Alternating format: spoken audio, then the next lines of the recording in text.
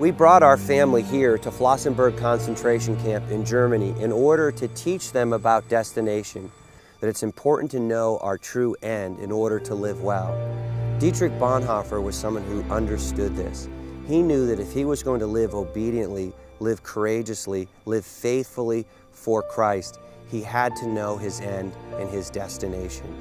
And we wanted to study the last 12 hours of Dietrich Bonhoeffer's life in order to understand this.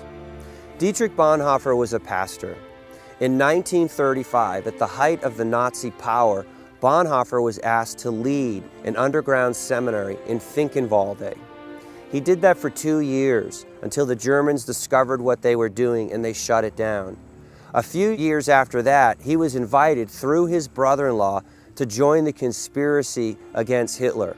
After 2 failed assassination attempts, Bonhoeffer and the other conspirators were arrested. He arrived here with 2 guards. The first place they would have walked is right down here into Roll Call Square. And Roll Call Square was every morning where the prisoners were brought out and they were officially counted. Sometimes they'd spend 4 or 5 hours standing in the cold. They've recreated one part of the barracks down here. He would have been escorted down this hallway to his cell. He would have seen faces appear in the 6x9 holes, the little windows of the cells, and some of them he recognized as his friends that he had seen along the way in other prison camps. We're inside a cell that could have been Bonhoeffer's. And that evening, when he kneeled down to pray here, he wouldn't have gotten much sleep that night. He was awoken by 5 a.m. The door would have been kicked open, the guard would have barked in for him to wake up, and he would have been told to undress. At 6 a.m., the guard would have brought Bonhoeffer out here to meet with the judge to hear the verdict, and the verdict was guilty.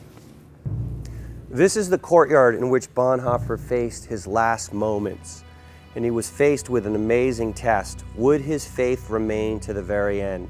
He would have been brought to some gallows that would have been erected against this far wall. He would have been asked to stand right at the steps leading up. We know from eyewitnesses that he kneeled down one last time and he prayed. He then stood up, climbed up onto the gallows, a noose was put around his neck, a trapdoor opened up, and within seconds, Bonhoeffer was dead.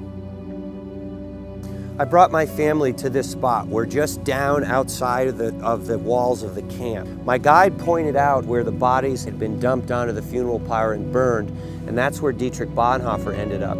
He then said to us, he looked at my kids and he said, "Do you see what's over on that hill?" And my kids said, "It looks like a church." And he said, "Yes, it's a memorial chapel, and it's been built from the stones of 2 of the guard towers here at Flossenbürg concentration camp."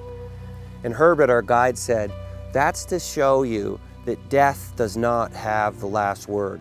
Resurrection does, hope."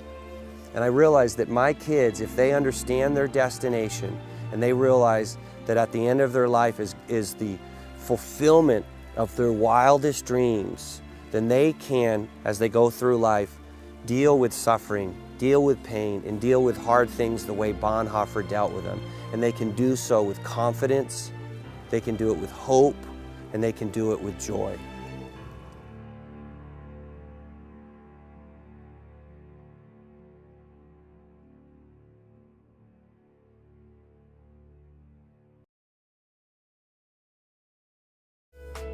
A DeVos Entertainment production with promotional consideration by Intervarsity Press and Knox Theological Seminary.